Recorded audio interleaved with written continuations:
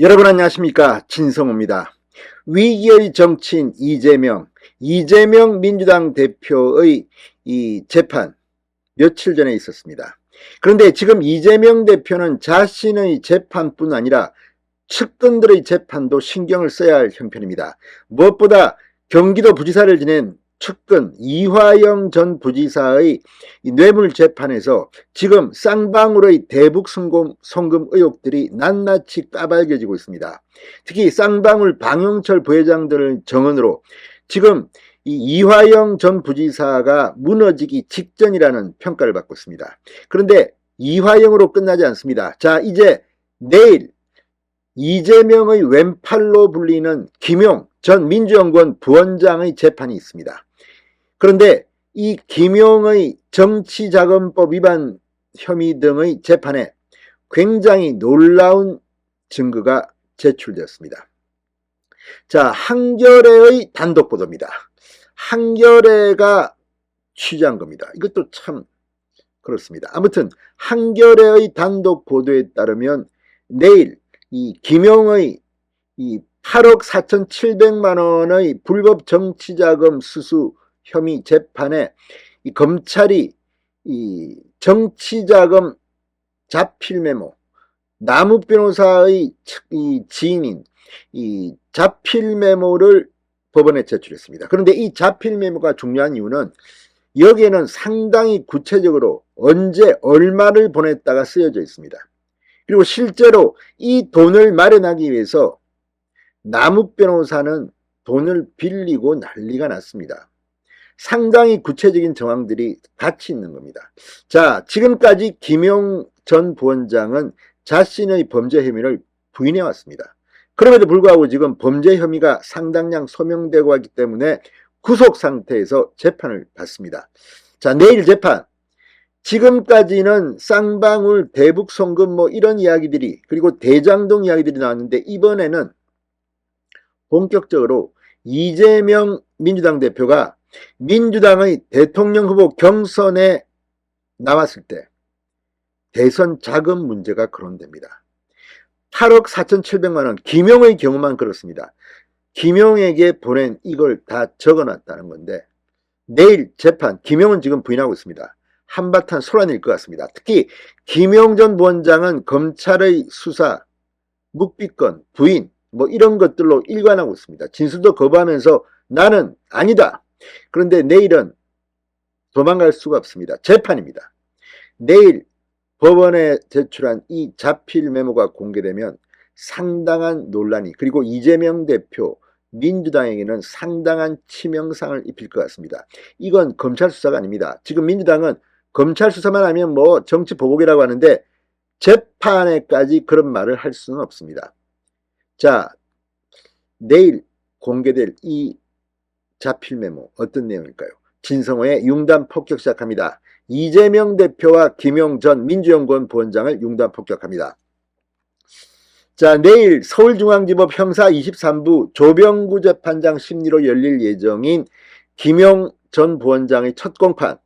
이제 이 재판이 시작되면 많은 이재명의 대선 자금 의혹들이 까발겨질 것으로 보입니다.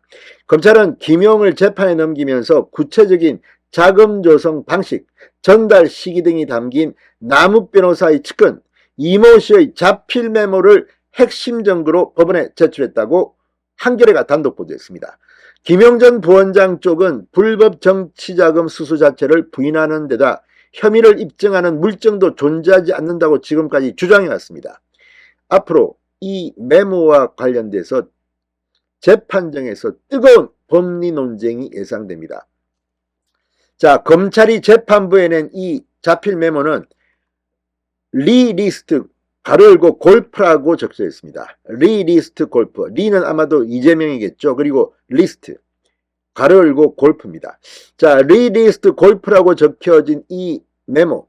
여기에는 4월 25일 1, 5월 31일 5, 6월 1, 8월 2일 1이라는 숫자가 적혀져 있습니다.